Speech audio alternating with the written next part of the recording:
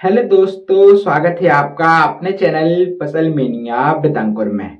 जैसा कि आज आरआरबी क्लर्क का आखिरी दिन का एग्जाम चल रहा है और फाइनली आज आखिरी दिन की सेकंड शिफ्ट का एग्जाम भी कंप्लीट हो गया है।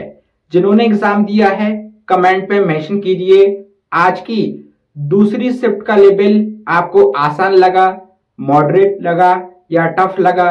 क्वांट और रीजनिंग का क्या लेवल आया था, आपके टोटल अटेम्प्ट कितने हुए, सब्जेक्ट वाइज आपके क्या क्या अटेम्प्ट हुए हैं और जिनका एग्जाम आज की पहली शिफ्ट या 6, 7 और 13 दिसंबर में हो गया था, आप भी अपने अटेम्प्ट कमेंट में मेंशन कीजिए और टेलीग्राम चैनल को जरूर ज्वाइन कर लें।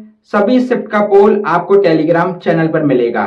टेलीग्राम चैनल की लिंक डिस्क्रिप्शन और कमेंट बॉक्स में है। मिलते हैं फिर नेक्स्ट वीडियो में, जब तक के लिए धन्यवाद।